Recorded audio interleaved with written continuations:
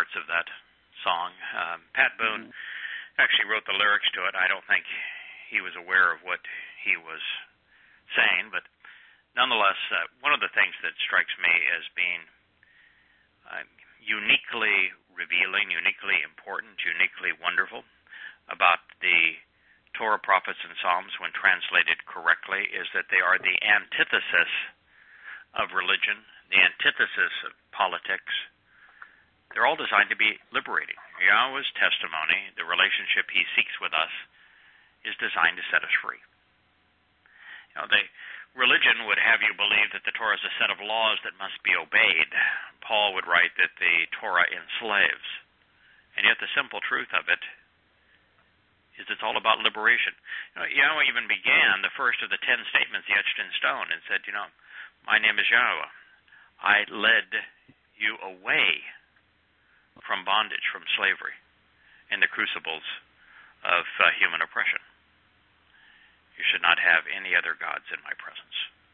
It's all about liberation, being free. And the song constantly reinforces the freedom there is in this relationship.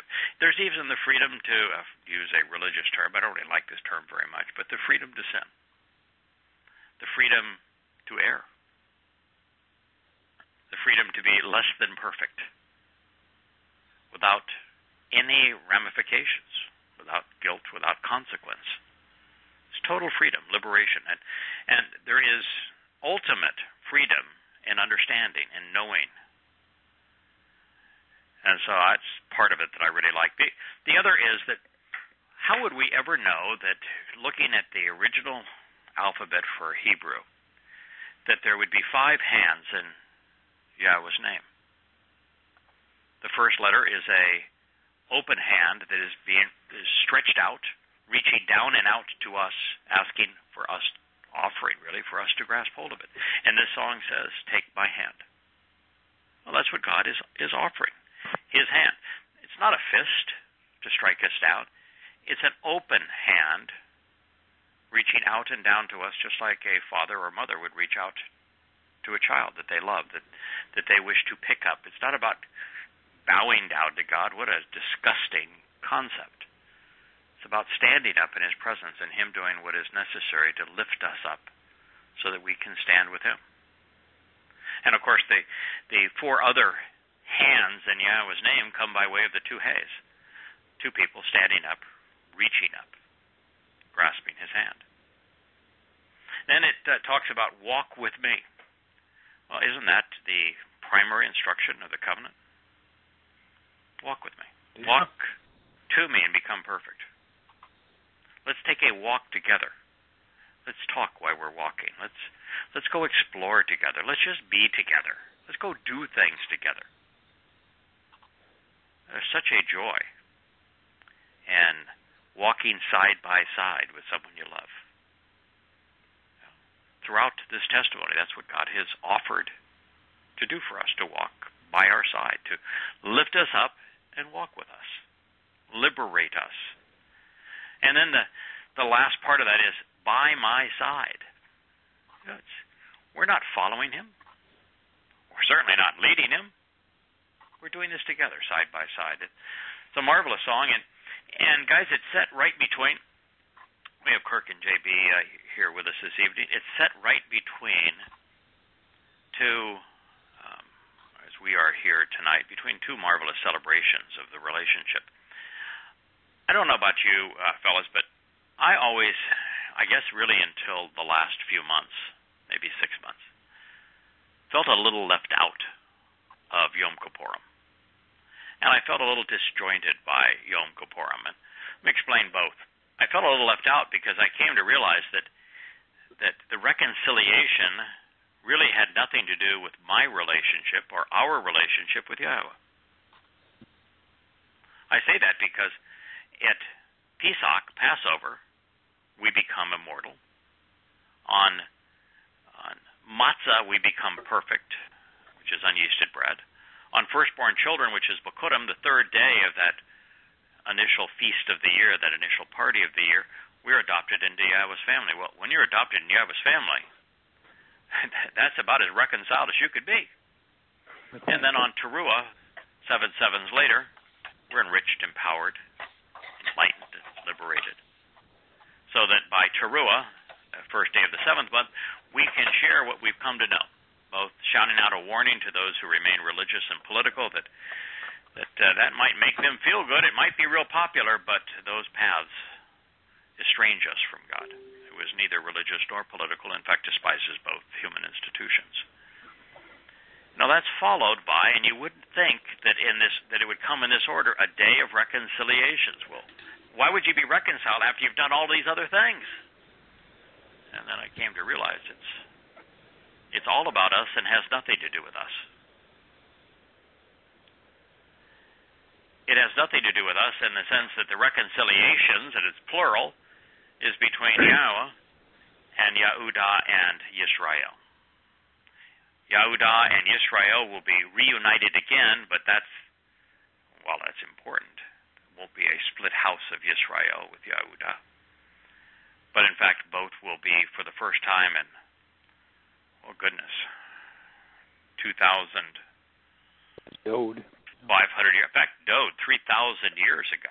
Been 3,000 years since they've been reconciled with one another and reconciled unto Yahowah.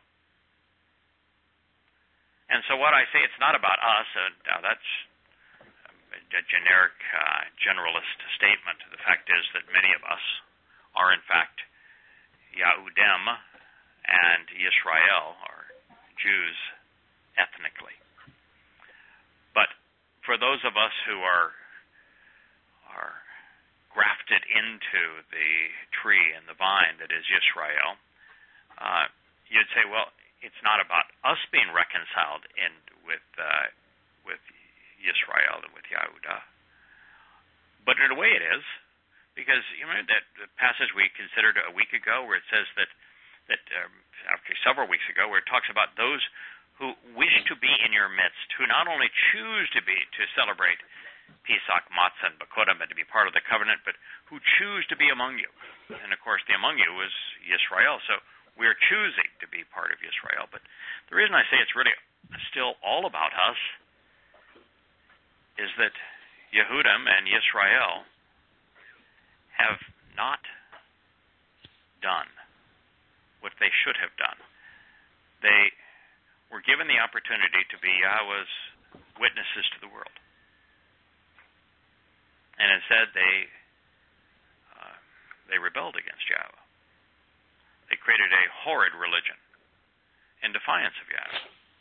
They replaced Yahweh with Hashem, the name, and the Lord, which is Satan's title. They gave it all up. This was their opportunity. What we have done was what they should have done. And so this is all about us in that, we were given the opportunity and we seized it. And so we have played a tremendous role in reuniting Yahweh with his people. And so this day is really all about us and not about us at all, in the sense that when this day is celebrated in year 6000 Yah, on October 2nd, 2033, as the sun sets in Jerusalem. We're going to be there. Mm-hmm. Faces beaming. Mm-hmm. I think even a little bit proud. I think we can be proud of having made a contribution. If you can make God smile, if you've done something that brings pleasure to him and to his children, I don't think there's anything wrong with being a little bit proud. Certainly delighted. Yeah. And so I think we have played a role in making Yom Kippurim, the day of reconciliations, possible. This is the day that Yahweh is returning.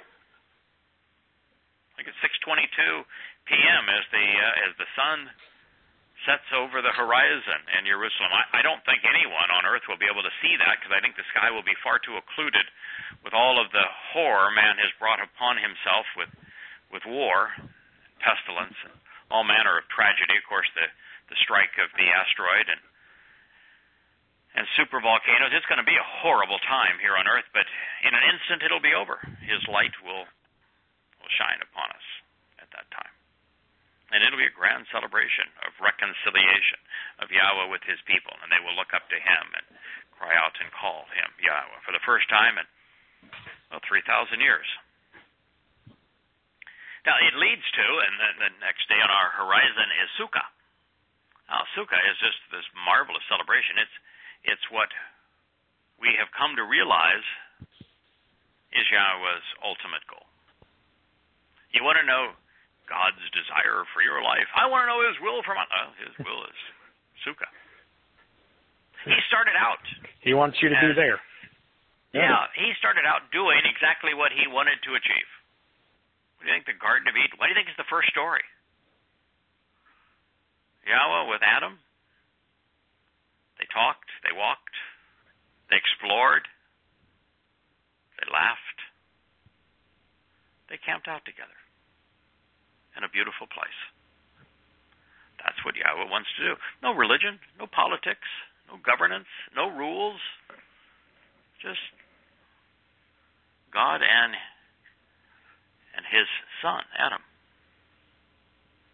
And all Sukkah is a return to Eden. And Eden, of course, is the Gan. Eden is the garden of great joy. It's not a cosmic killjoy. It celebrates everything that we find beautiful in life. He celebrates great food, great wine, great song, beautiful vistas and scenery, spectacular relationship. It is my view, gentlemen and ladies who are listening, that the greatest adventure in life is a relationship. Nothing is as satisfying, nothing is as rewarding as building a wonderful relationship with someone you love. And so, all Yahowah wants to do is to return to the conditions found in Eden, having fun with us. And that's what Sukkah is about, just camping out with God. So it is a marvelous time. I am always a little bit troubled, however, by this time of year, because this is considered the high holy days for Jews. Mm-hmm. And guys, I'm bothered by that for a number of reasons. I don't like the term Jew. No. Because they're not Jews. No. They are Yahudim, which is the plural of Yahud. Yahud means related to Yah and to relate to Yah. And they are Yisrael, which means to engage and endure with God. It's a shame that you would take two names like that particular, Yahudim, those who are related to Yah, and you would exchange that marvelous name, descriptive name, empowering name, important name for Jew. And the second thing is, holy days bugs the living tar out of me. I'm going to say bugs the living crap out of me, but I don't think you're supposed to say that on the radio. But it bugs me. There's nothing holy about these days. And the worst part of it is that they have convoluted this such that they have misrepresented anah, which means to answer, to reply. You know, that's when you're invited, kara, to a party, chag. Well, the natural thing to do, particularly if the person inviting you happens to be the creator of the universe, is to answer and offer your reply in the affirmative. And they have convoluted answer and reply, anah, as afflicted in the sense of being abased. And why in the world would God want you to abase yourself, to afflict yourself? And it's not even yourself. The word that is associated with the verb anah is nephesh. It's nephesh. Right. You can't deprive your soul. Your soul doesn't eat. Your soul doesn't experience pain. Your soul can't bow down. Your soul can't humble itself. It's nephesh. It's your soul. What is your soul supposed to do when invited to a party by God? Answer and respond. Enjoyed. Yeah, answer and respond. And so how could you take something so beautiful, an offer so wonderful, and twist it in such a way that you make it a high holy day where you're supposed to afflict yourself? And so, as I talk to people about it, it's frustrating, isn't it? You know, I looked up, how do you say Happy Yom Kippurim? Because to me, I don't view Yom Kippurim anything other than reconciliation. So right. I'm going, and I looked up place after place after place, and they said, now you can't say this to someone who is quote unquote Jewish, because this is the high holy days, and this is when they are going to fast and so forth, and it's very, very, very sorrowful, and on and on and on, and so I just gave up. I said, okay, forget it. Never mind. I'll just go my way regardless, because but it's that religion. Let me ask you a question. Let me ask both of y'all a question. In Genesis 17:14, because I just pulled this off of my sheet over here for some reason, it says, by way of association, they violated and broke by creating two separate variations, by disassociating themselves from a family-oriented covenant relationship. That is really, really early in the Torah. Yes. Moshe is writing this down. Right. There's nothing. In the book of al-Rassooli, there is no the disassociation anywhere. He wrote it, he's writing it down. So this is the most prophetic thing. We're not talking about Paul. We're talking about this very religion that develops in the form of rabbinic Judaism. Yeah, it's one of those places where it's really important to know the uniqueness of Hebrew, where the verb is not past tense. It's not they broke as in the past. It's not just saying they will break as in the future. It's not just they are breaking as in the present. It is all of those. Yeah. So they have broken, they are breaking, they will break. Hebrew verbs are like the spirit they represent, like light, true throughout time.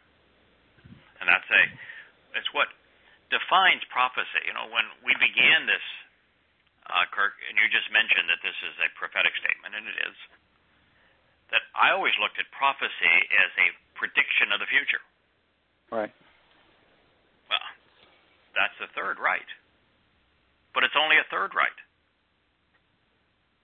And it really takes an understanding of dimensions and of light and the very nature of a spiritual being and energy and the limitations that we have as 3.5 dimensions here stuck in the ordinary flow of time. It takes an appreciation of the Hebrew language where verbs are liberated in time. It takes a real thorough understanding and the proper perspective to really appreciate what all of that means to us. That prophecy, like light, like any spiritual energy-based being, was true, is true, will always be true. So prophecy, yes, is future history, is Yahowah not predicting the future, but revealing in our past what will happen in our future because he has already witnessed it. Because light can see any place in time at any time. But it's also history. And this was what was so important, and I guess I didn't grasp it until very late. I'm probably a slow learner. But the creation account, where the timeline is precisely 15 billion years and 6 24-hour days simultaneously because of relativity. And they're exactly the same amount of time depending on the perspective of the witness. That account that is correct from a chronological point of view, that's correct from a scientific point of view, that's correct from a temporal point of view, is prophecy. It's just the past reported in the future accurately. And it's also the present. That's why I say that prophecy is in terms of predicting future events, is only 1/3 correct. That's why every prophetic statement that Yahowah shares with us has current ramifications that are essential to our lives in terms of guiding us and enlightening us and empowering us. So the teaching is all current. But he can be speaking of a past event or a future event, and it's still prophecy. Mm-hmm. That's why when we were studying the Devarim text that explains in twice in Devarim this labeled Deuteronomy, Yahowah tells us how we can go about determining whether or not he inspired something or not. And you can use that test, for example, to prove that the book of Enoch is a fraud. And it uses two verbs to highlight this. One speaks using bo, which means to come to be. The other is haya, which is was, is, and will be. And it uses both so that we have this appreciation that everything that is communicated by the prophet who is speaking on behalf of Yahowah has to have been true in the past, so all historic presentations, including the creation account, including the story of the flood, have to be precisely accurate. The present conditions have to be correctly reflected, and all designations of future events have to be precise, without a single mistake. That's why it's both high and bow in that particular test. So it's really important to view light from and his witness from that perspective. So these things don't. Fellas, I'd like to jump back into the statement we were considering last week. We had come to realize that Yahowah had made a declarative statement about the Torah and the fact there's one Torah for all people. And that's what you would expect. Why would God treat people differently in the sense of, okay, for you, the instructions are you go to the Y intersection and you veer right and you follow ABC course. But for you guys over here, you come to the Y intersection and you veer left and you do an entirely different thing. Well, that kind of guidance and instruction would be inconsistent with a God who does not change, who is consistent. So we would expect there to be one Torah for everyone. And we would expect that Torah, that teaching, and that guidance to be consistent for all people. So we read that and we said, well, maybe this would be a good time before we leave this chapter, since this was a chapter on an open book test, on Abraham Yahowah challenging Abraham and Yishak to demonstrate that they actually understood the terms and conditions of the covenant. And as they demonstrated that, and something that we're asked to demonstrate as well, through this open book quiz, if you will, test throughout the Torah, it concludes by reemphasizing that the Torah is universal for all humankind and for all time. And so we decided, well, let's look at some of the things that God had to say about the Torah. And we turned to the mashal, word pictures, and Proverbs 4:3 was just such an interesting revelation because it actually explains this relationship between Yahowah and Yosha that the world doesn't seem to get. And it says, because I will actually come to exist, haya, as a son, men, to approach my kind and responsive Father, and thus the only begotten and unique Son by way of the mother's presence. This is such an interesting transition in this, because what you have is Yahowah speaking to us in first person, and then the Son speaking to us in first person. And the reason that's just so insightful is that isn't Yosha nothing more, nothing less than the Word of Yahowah? Oh, the Torah. And so that's exactly what is being communicated here, that they can both speak in first person simultaneously because the Son represents the Father. The Son is the Word of the Father in the flesh. Because I will actually come to exist. So this is Yahowah saying, I'm going to come to exist as the Son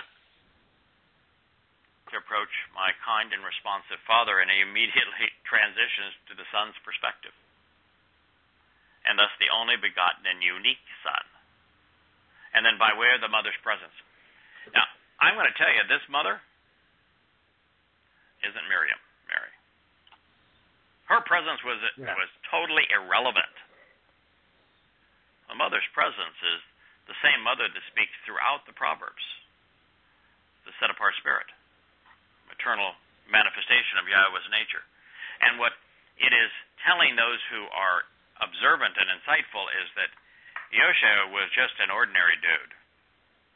Okay, so he had an exceptional father, but he was basically like us. Until one moment in the Yarden, the Jordan River, before Yahuchanan the Immerser, the Spirit of Yahowah, this spiritual mother came to reside on him. And I think just more completely, more in depth and with a greater degree of power and cognizant awareness upon him than on others. And so the very Spirit of God came to reside upon him, which is what caused the human form to be a manifestation of Yahowah the Father. But it did not exist prior to that time. That's when we're told it came upon him. That's what this is saying.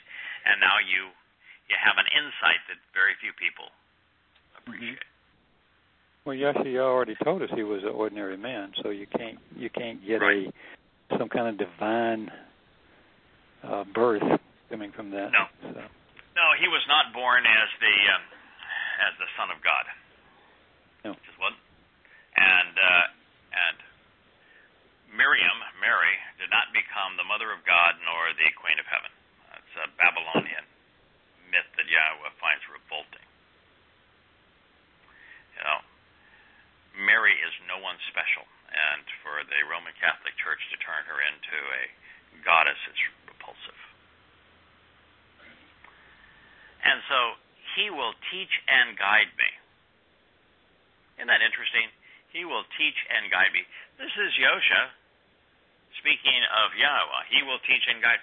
So at this point, Yahowah is becoming what Yahowah envisions for all of us. He wants to teach and guide us. And he said to me, accept, trust, uphold, and retain my words upon your heart to facilitate good judgment. Choose to focus upon and literally observe, Shamar, my instructions regarding the conditions of the relationship and live forever.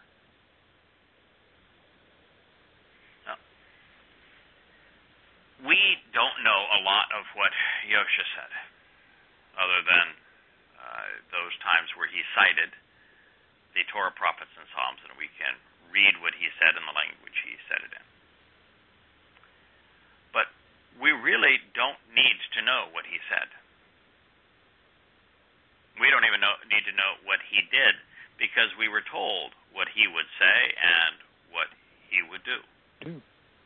In these prophetic texts. He's going to uphold and retain Yahowah's words. Now, at the time this was written, this was written by Tho in 1000 BCE. At this point, very few of the prophets even existed. Shamuel existed, but and he was a contemporary of a little older, but not much, than Tho, David. So the Psalms are taking place because Tho is writing them. The Proverbs are taking shape because Tho is writing them. You have the Shabbat, the Judges. You have the 5 books of the Torah. You have Shamuel. You have the beginnings of the Chronicles and Kings. That's it. And so the word of Yahowah is limited to those initial books. And it says that he is going to uphold and retain the words of Yahowah. That's why he said, do not think that I have come to annul or do away with the Torah and prophets. No, I've come to fulfill them, to honor them, to uphold them. That's what he's citing right here. And what is the purpose on that? Because these words will enhance good judgment. They will facilitate good judgment. Leb. When we read heart, we have to recognize that heart was the seat of judgment in Hebrew at this time, in this place, in this language. The liver was actually the seat of emotion. The heart was you took something to heart. It shaped your perspective, your understanding. It defined your motivations, your sense of compassion and courage. Your very life was defined by Lev, and it was the seat of judgment, of rendering good decisions. And so that's what it means in this particular case. And so the words will facilitate good judgment. So we can make good decisions. Yahowah explains the nature of the universe, of life, of what he's seeking to achieve, of who he is, of what he's offering, of how we come to know him and engage in a relationship with him, and why we ought not succumb to the lies and ploys of religion or politics, militarism. Marvelous insights. They affect and facilitate good decision making. Then he says, choose to focus upon and literally observe. Shamar, written in the call imperative so that it's subject to our free will. This is what he's saying. You should choose, but it's your choice. Call indicating genuinely, literally. Choose to observe. Now, does observe mean to obey? No. No. What does observe mean? Carefully How does one Pay observe? attention to. Examine. Yeah. You pay attention. Yeah. Right. Open your eyes. Look. Look carefully. It's the one thing that all animals really have in common.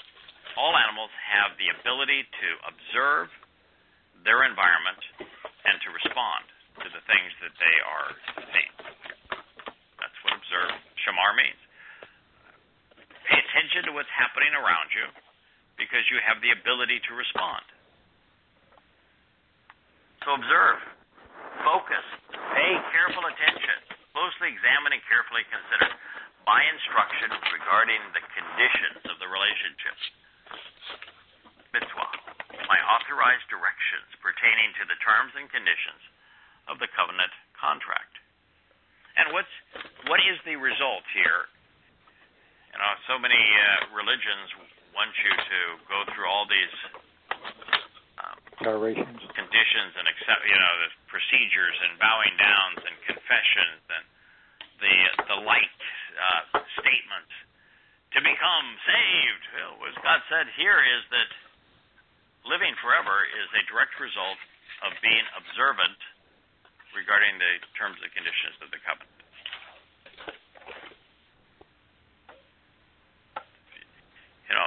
Paul wrote that the Torah can't save. God begs to differ. Yes.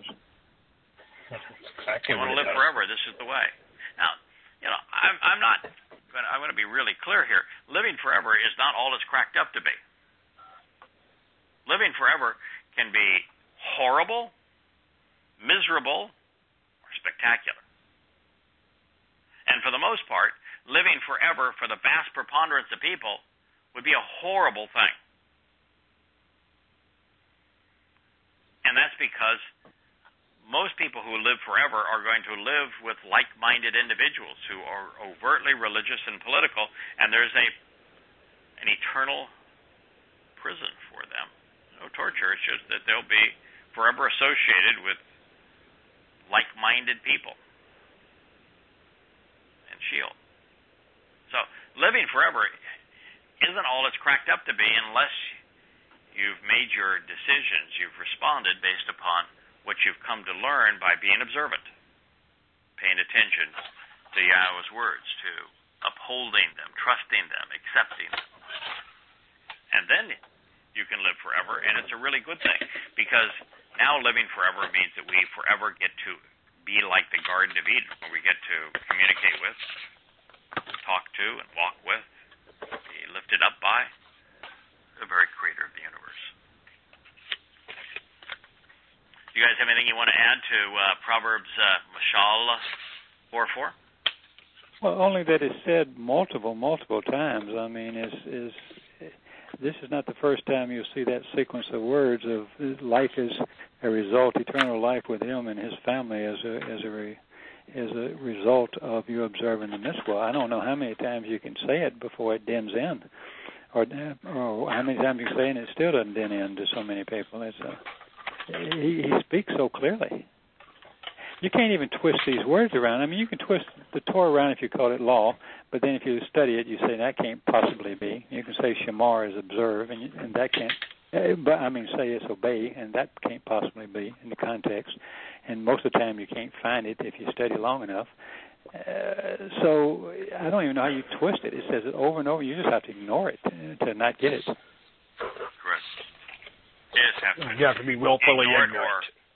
Yeah, as I found some 20 years ago when I was writing Tea with Terrorists, that English translations of what they call the Bible, which is just a horrid term because that's based on Babel, and it means to confuse. And those translations are confusing because they're not even remotely accurate. And so you've got to be careful what you're observing and be diligent in translating it accurately. Otherwise, you will be misled. Well, the next passage, I'm going to just share it as was meaningful to me in this particular chapter, and then let's go back and we'll talk about it in its entirety. God makes a statement in the midst of mashal word pictures, Proverbs 6:23. It's really a simple statement. He says, the Torah is light, and it's the way of life. Well, that tells us a lot, doesn't it? The Torah is light. You know, light is eternal, right? A photon of light exists forever. On a photon of light, time simply exists. The past, the present, the future all exist simultaneously. We know that E equals mc squared means that energy, of which light is so enormously greater than the same amount of matter that you have to multiply matter by the square of the speed of light to get equivalency. Light is powering. Light is enlightening. Light is all about immortality. Light is what Yahowah explained. He says, let there be light. His creation was beginning.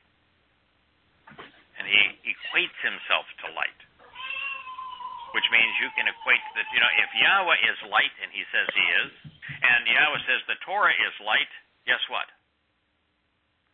Yahowah is the Torah is Yahowah.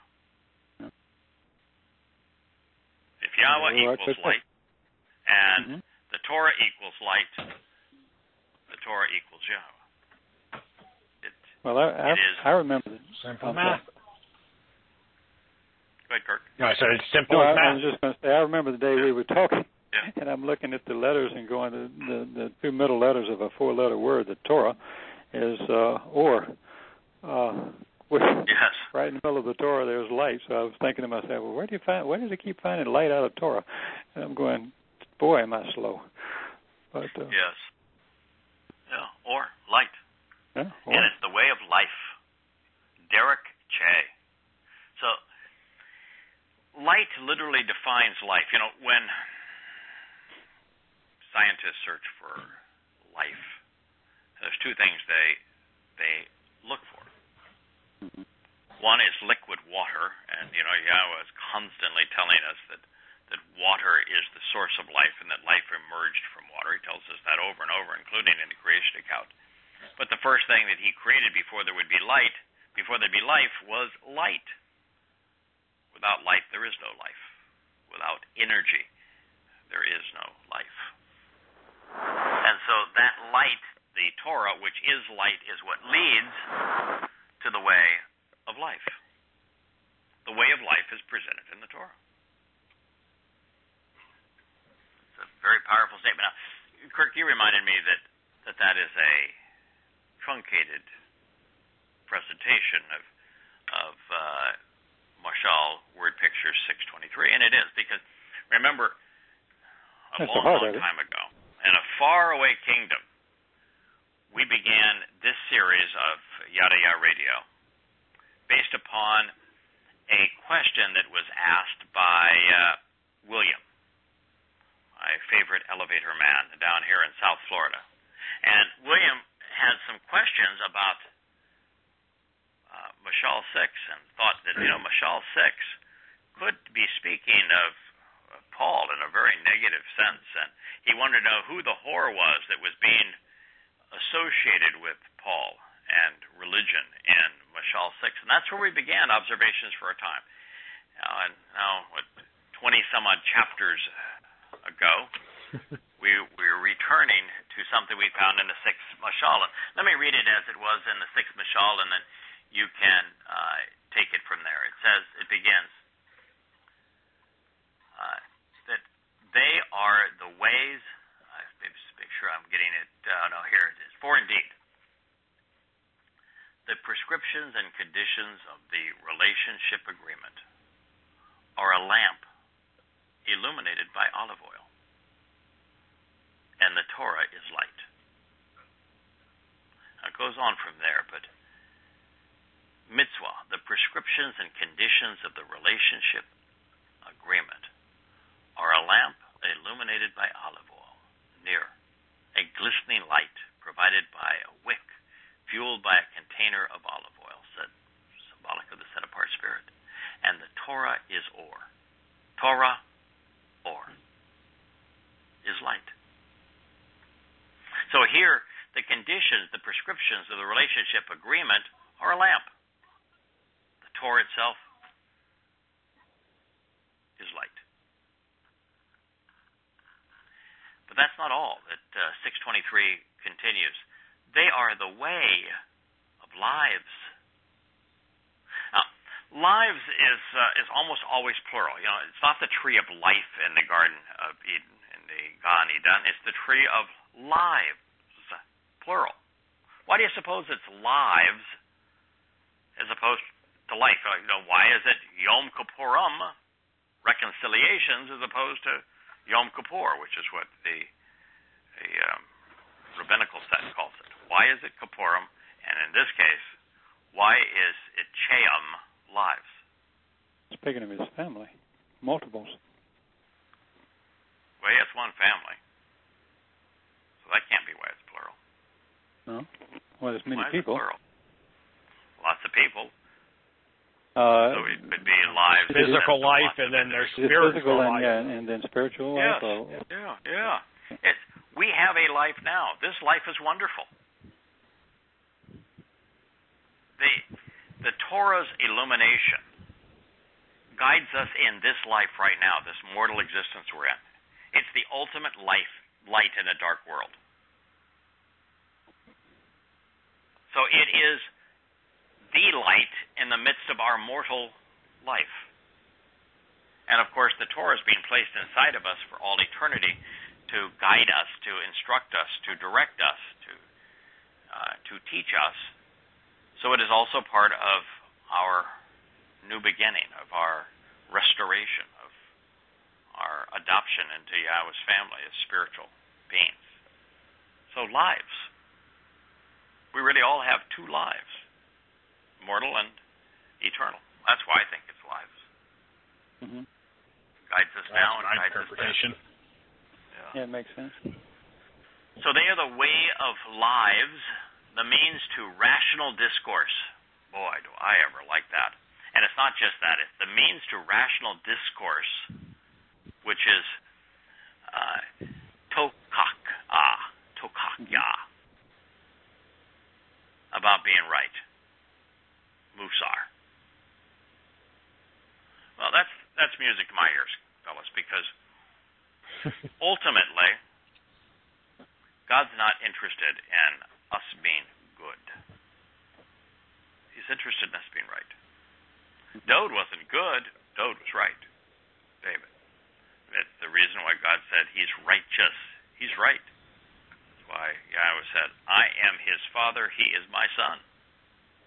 Not because he was good, because he wasn't good, but because he was right. But he was right. And the light of the Torah enables rational discourse, the proper argument and logical debate, to reason, to prove, to decide, to judge, to be rational. You know, I share with people all the time that the only way that having a meaningful discussion about the thing that's the most important in the universe will resonate, will have meaning, is if you prefer reason to faith. If you prefer reason to religion. If you are rational.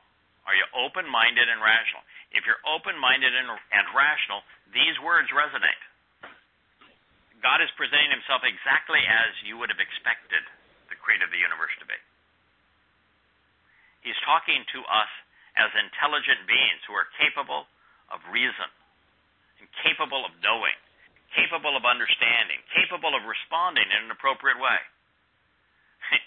He has a higher view of us than maybe we have of ourselves. But these words, the light of the Torah, is the means to rational discourse,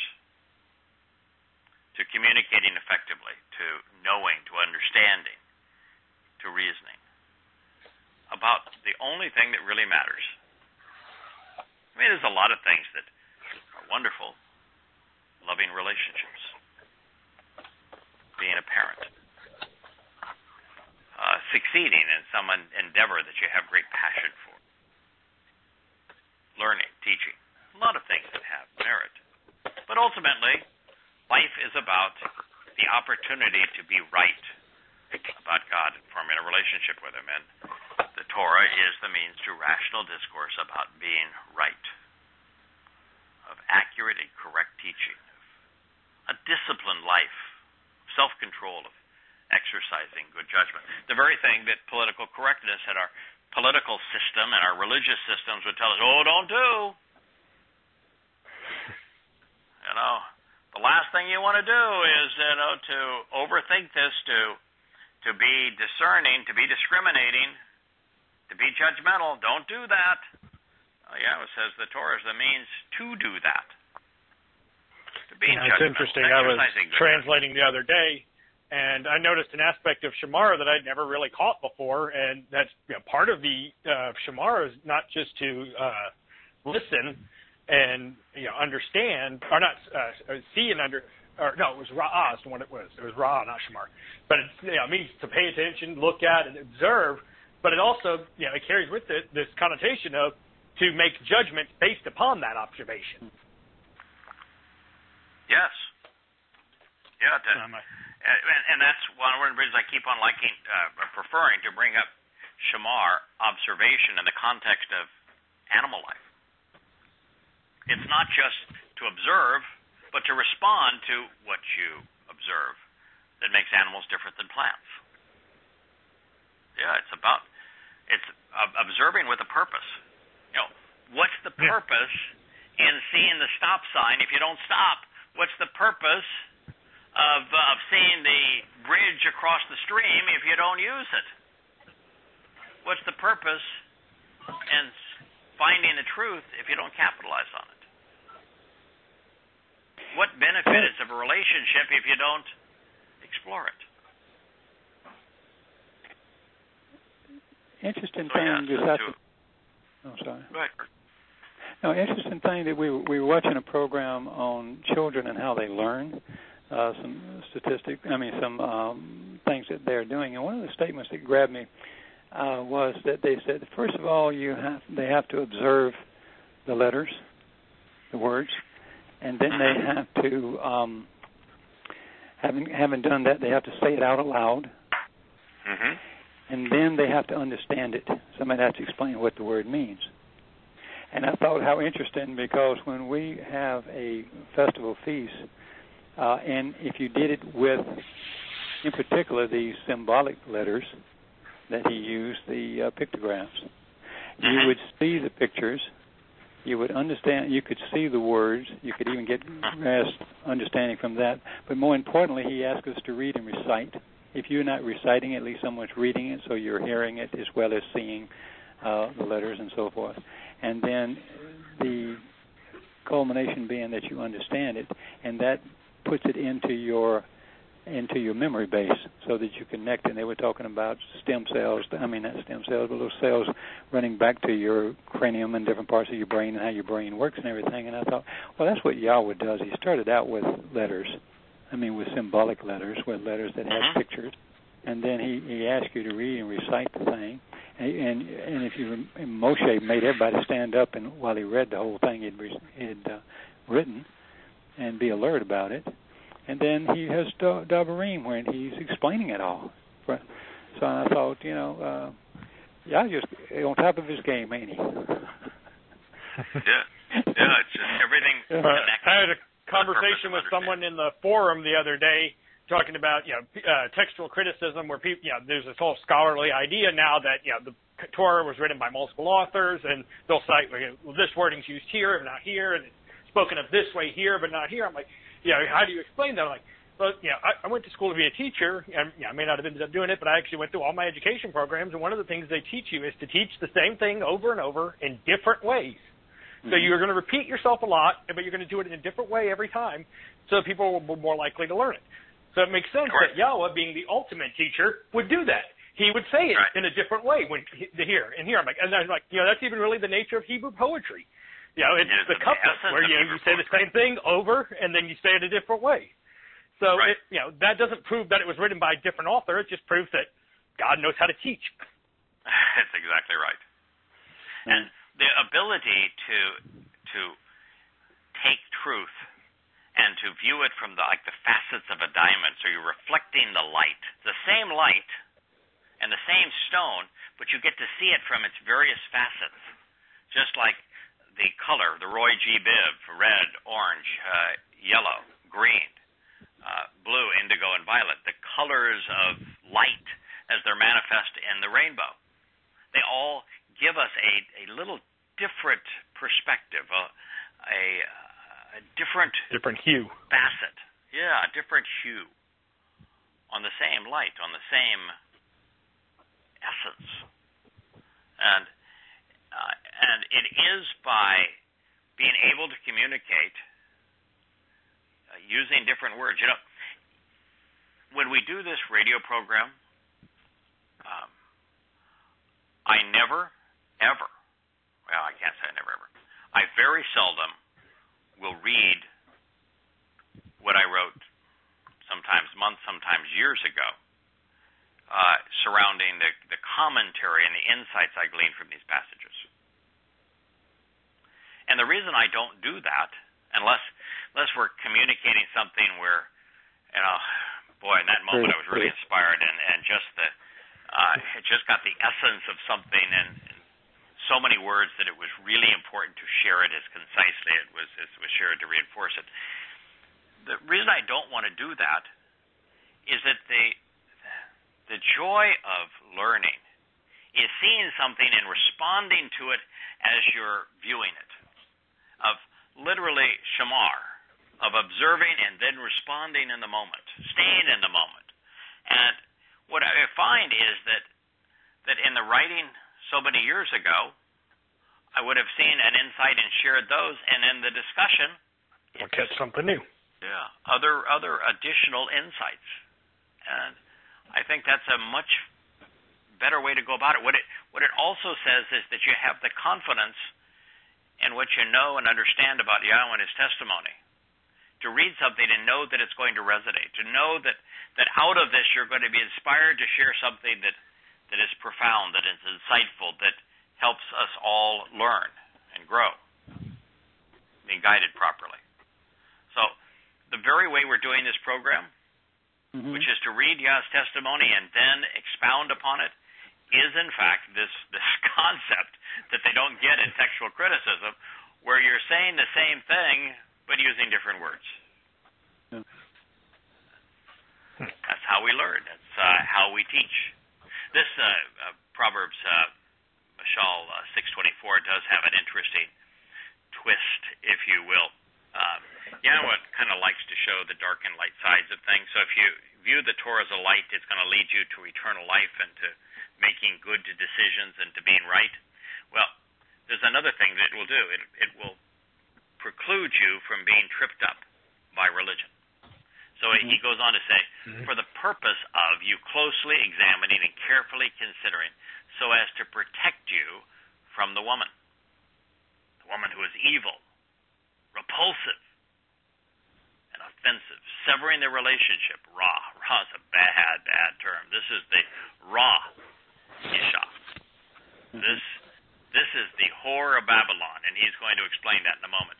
From the smooth and seductive, the slippery and flattering tongue of the treacherous whore, the Nakri. Well, this is the whore of Babylon. This is the very essence of religion. This is the seductive side of the adversary, Hasatan. So if you know the truth, if you're enlightened, you're not going to fall prey to religious and political schemes, no matter how seductive the speaker may be. You know, a lot of people think that Trump is articulate, and they just love his diatribes. There's others that would say the same thing about Bernie Sanders. Others would say the same thing about Hillary Clinton. Others that say the same thing about Ronald Reagan. Or I'm not sure anybody says that about George W. Bush, but be that as it may, smooth Adolf Hitler was a great speaker and politician, and convinced the whole country to follow him. Right. Smooth, that's what, slippery tongue Adolf devils Hitler was become elected. preachers and politicians. He didn't conquer. So moving on with other things that we learn from Yahowah, this happens to be in Mashal Proverbs 7:1 and 2. It says, and remember now, the Proverbs are Dod, whom Yahowah said, he is my son and I am his father. Being inspired to write from the perspective of Yahowah, our heavenly Father, and the Ruach Kodesh, our spiritual mother, and them speaking to their sons and daughters, those of us in the covenant. This is Yahowah speaking. My son, choose to closely examine and carefully consider. Boy, that's that word again, Shamar. There it is again. There it is again. What do you think Yahowah, you want to know what Yahowah's will for your life is? Well, yeah. be observant. Well, how would you go that about might be one of Torah. Yahowah's 7 favorite words. Yeah, I think so. Shamar, be observant. Closely examine and carefully consider what I say. My answers, my explanations, my declarations, and my promises. Amir, what I say, how I provide answers, what those answers are comprised of. Closely examine and carefully consider my explanations and my promises. My son, choose to carefully and closely examine and consider what I say, my answers, my explanations, my declarations, and my promises. And the conditions of my relationship agreement, my mitzvah, you should habitually treasure and store within you. That's pretty good advice. And it's coming from someone I think we can trust, someone whom we've come to respect, whose words we cherish. Choose to keep focused upon and observe. Well, there's that same verb again. Shamar. Written in the call imperative. Choose of your own volition to literally keep focused upon and observe. Mitzvah. Once again, my instructions regarding the terms of the binding contract. And live. Be restored, be renewed. My Torah teaching, Torah, should be as the pupil, the center and focus of your eyes and understanding. Absolutely essential. You want the Torah to be your focus. Isn't that precisely what it's saying? Yeah, that's what Tho did. Pretty much. Yeah. Make it the focus of what you're observing, of what you're looking at, of what you care about. So that is precisely what is being said here. Make it the center of your focus.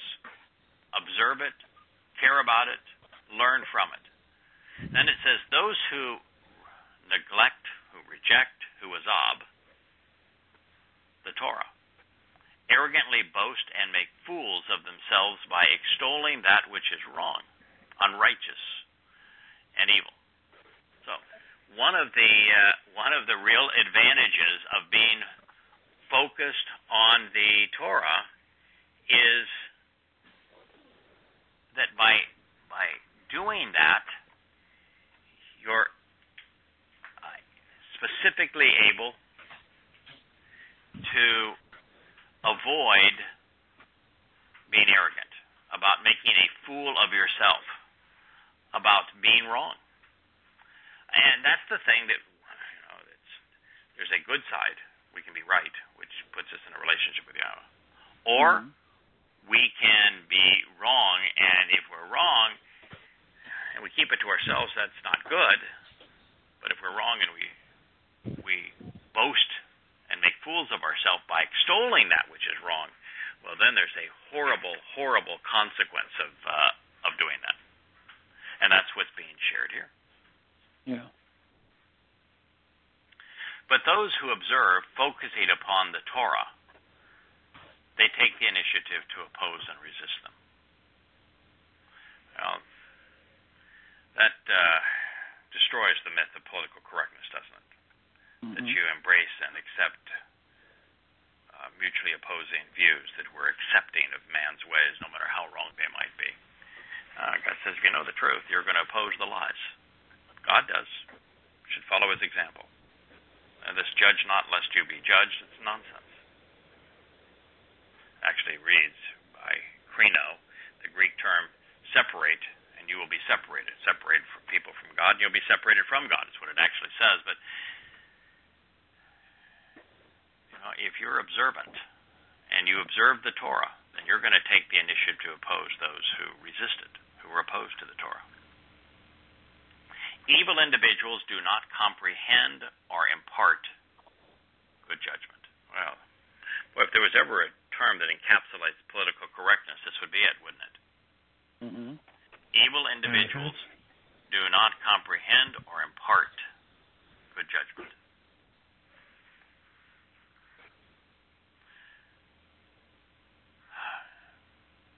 Really profound. It's the antidote for political correctness.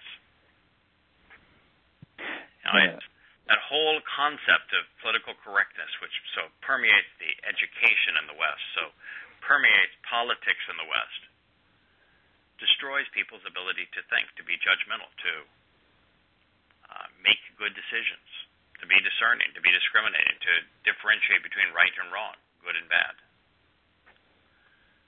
Well, can I just add that when we use the word evil and we look it up in its raw, and you also find that it means on the wrong path, and you find dysfunctional or not doing what you were not required to do, but doing what you were designed to do. It really doesn't matter whether it's a if you view religion as, like Christianity as something as some nicety, or you view social secularism being fair in some way or something like that, it's the wrong path. If it's not, people just look at these and they kind of blow them off like, well, they're nice people, or these people mean well and stuff, and it's just wrong. You just destroy everything. You destroy their souls. You destroy their lives. There's one correct path. I mean, I don't know how many times he has to say it through here. We've done it about 4 times now, and the mitzvah is the terms and conditions. So, anyway, there's one correct path, and you have to be judgmental. You have to really think your way through it to have any chance of finding it, and ultimately, those that do find that they will fight against, they'll push back against the corruption of political correctness. And, not only do you have to be judgmental, but it's a matter of what you're using as your basis for being judgmental. Yeah, it's what are you using to judge by? There are a lot of judgmental religious Christians out there who are using Paul's letters as their basis for judgment. That don't make them right. You know, they are paying attention to the wrong source, and their judgment is bad. I've been told that somebody's trying to listen to the show that 347-326-9553 line gets the available lines get taken up early, and it becomes impossible to call on that line. JB, I think you know another line that's also works that's not published on the site. What is that other number? It's 563-999-3021.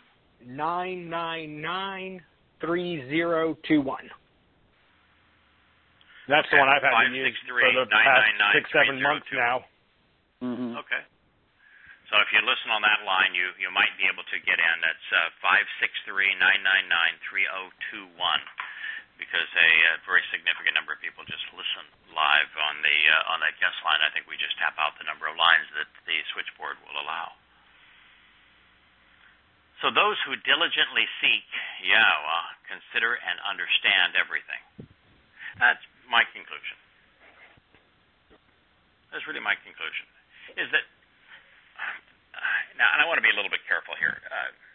You know, I'm still in a romper room when it comes to a comprehensive understanding of dimensions of time, of what Yahowah's offering us in terms of life in the 7th dimension, and the universe and how we will experience it in the 5th, 6th, and 7th dimensions. You know, and even exploring his words and coming to understand everything that he is teaching us. We're all infants growing. And maybe we're making our way through our adolescent years and our teenage years, but we're still seeking. And I think we will seek for all of our lives. And that's why this is those who diligently seek Yahowah consider and understand everything. It is this process of seeking that causes us to understand everything that is important. But I think it gets us right back into the nature of Hebrew, where it doesn't say that we understand everything in the present tense. Because what would the purpose be of continuing to seek if you already understood everything?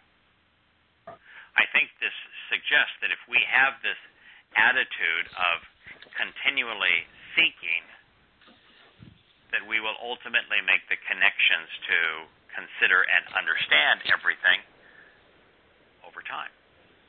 And we have lots of time to seek and understand. So this is about us understanding what we need to understand now to capitalize on the offer that God is making, so that ultimately we come to understand everything given an eternity of time, and being in proximity to the creator of the universe and exploring the universe and life with him. That is the purpose of eternity, of being part of Yahowah's family, of camping out with him, is ultimately to understand everything. You have the Torah, God's guidance written inside of us, as he's promised to do when he returns. Well, that was certainly going to enhance our understanding, isn't it? My gosh. Yeah. Of course, then he's going to make it real interesting. He's going to start over. Yes, that's right. So we get to witness the new creation. Let's go see what we can find now, guys and ladies. Yeah. The one who turns away his ear from hearing the Torah,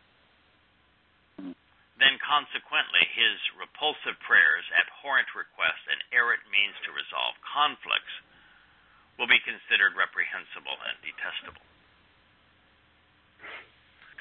Well, that's the statement we have shared and paraphrased a number of times, that the religious just don't get. They still, I feel good about praying. I pray every day. I'm praying to God. You're saying that God doesn't listen to me? That's what I'm saying. In fact, I'll go one step further. Not only doesn't God listen to you and has never heard one of your prayers, if he were to listen, he would find them detestable. I think Tho is... That kind of blows away Paul's pray without ceasing. Yeah. Yes. Yeah. If you're not Torah observant, if you're not loving and passionate about Yahowah's Torah teaching, if you, as all Christians do, as all Jews do with their rabbinic Talmud, as all Muslims do with their Quran, as all socialist secularists do with their enlightened man concepts and their propensity to rely on political solutions and political dictates, the one who turns away from hearing the Torah, who's just not interested in listening to what God has to say, those who turn away from Yahowah's teaching, consequently, their pleas are abhorrent. Almost everybody gets themselves in a position sometime where they say, God, if you're there, I need help. God finds that request reprehensible. Don't do it. To ask a God that you're not willing to even listen to, you're not willing to consider what he has to say, and you want to ask him for something, well, that's reprehensible. Don't you think it would be reasonable to listen to him first, to get to know him first, to care about what he has to say before you ask him to care about what you have to say? Well, people don't want to reconcile their relationship with him. They want him to reconcile with them. They want to keep what they've got, and then you fix it. Yes. Exactly. And they think some prayer will do it. Yeah. Or they get themselves in a pickle, and they say, I made a deal with God that if they would, cure my son, cure my daughter, help me through this terrible time, that I would do this, that, and the other thing. Whether you found a solution or did not, God had nothing to do with it. And if he had listened to you, he would have found what you requested repulsive. And keep in mind, God is not omniscient. He's not omnipresent. He does not know what most people are doing or have done or will do, and he does not know what most people have or will say or think. There's no reason to know. It would be miserable for him to know. Most human thoughts, most human actions would be either so boring as to have no redeeming value whatsoever, or they're repulsive in terms of some of the things we think and do. So God would have every incentive not to listen. And what he's saying is, should he listen, he's going to find what the preponderance of people say, and that would be 999,999 out of every 1 million. He would find it repulsive, detestable, Towrah, disgusting. Awesome. Disgusting. Yeah. Abhorrent. Associated with religious worship and idolatry. Erroneous perversions which confuse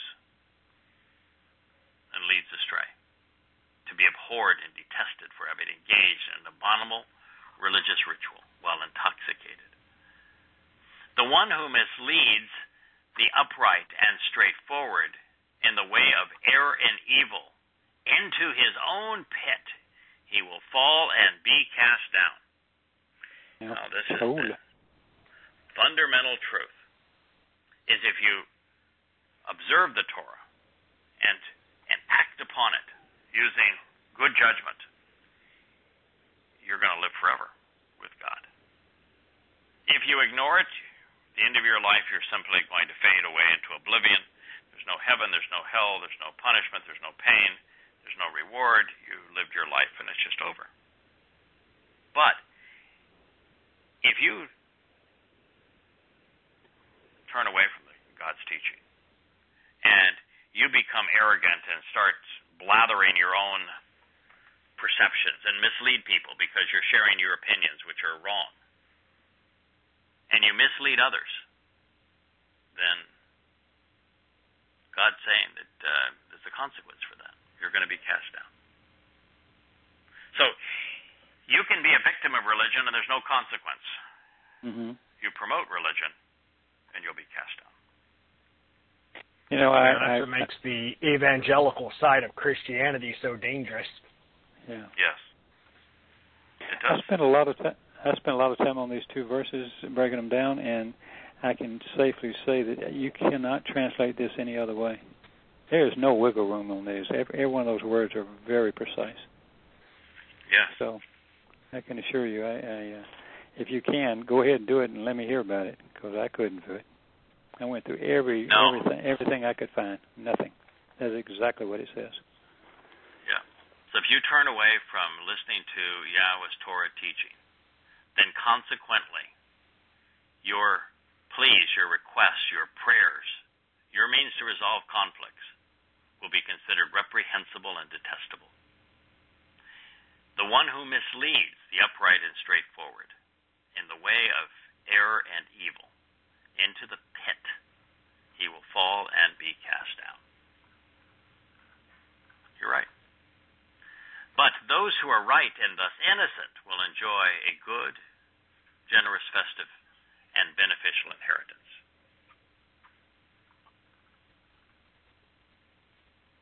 (28, 9, and 10). I want to conclude today's program with just word pictures 29, 18. Without prophetic revelation, wicked people take charge and become unrestrained, leading the unaware to their death because they lack the ability to respond rationally. But he who actually observes and genuinely focuses upon the Torah walks along the path which gives meaning to life, and they receive the benefit.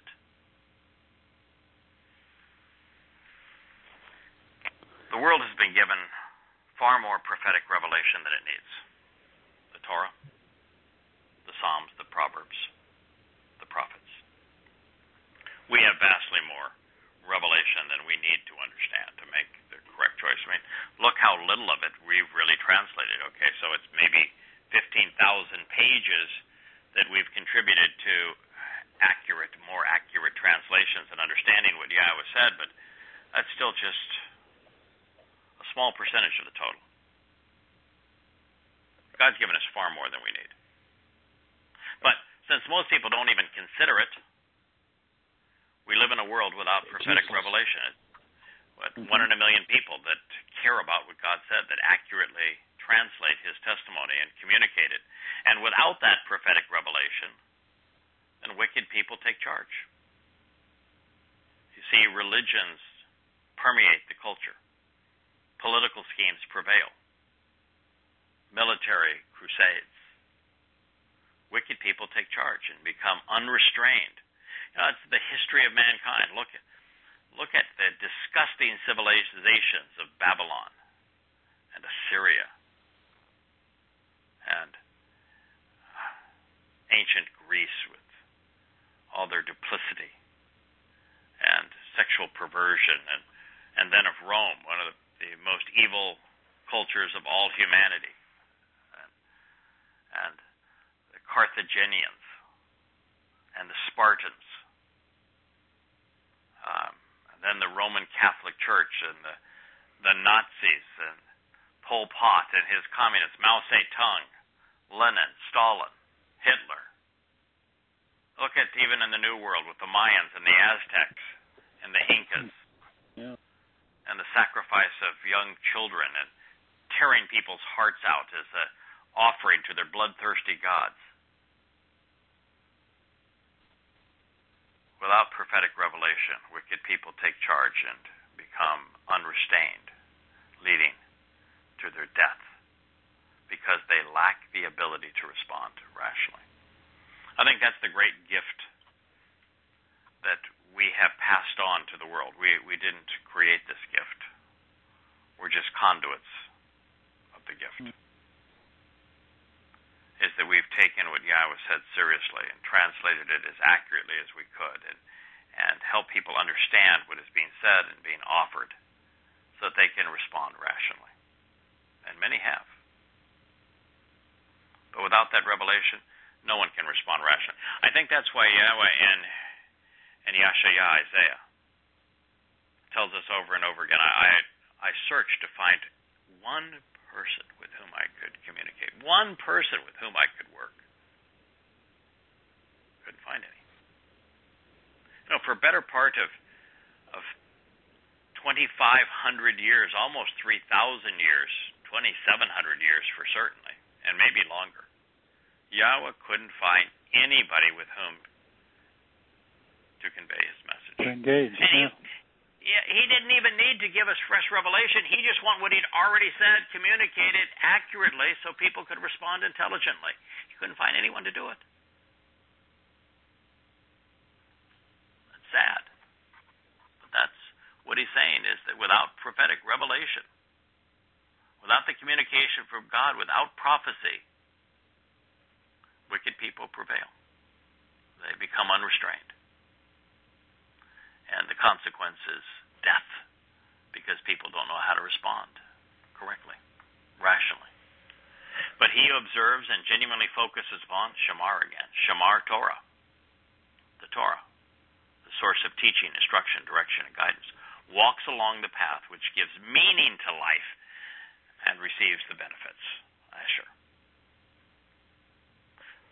It's what provides our freedom, our enlightenment, our empowerment, our enrichment. It gives life meaning. It gives life purpose. It's the ultimate purpose of life, the ultimate source of meaning, the ultimate benefit and blessing. It comes from observing the Torah, observing what God had to say in terms of his guidance. Boy, I tell you what, you just listen to what he had to say, guys, and it's pretty darn difficult to come up with a justification for Pauline Christianity, or for Quranic Islam, or for Talmudic Judaism, or for socialist secular humanism. God is saying that observing the Torah is what gives life meaning. And the rest of humanity would say, no, listen to me. No, listen to this. No, but I, Paul, say. God says, you want to have a meaningful life, listen to what he has to say.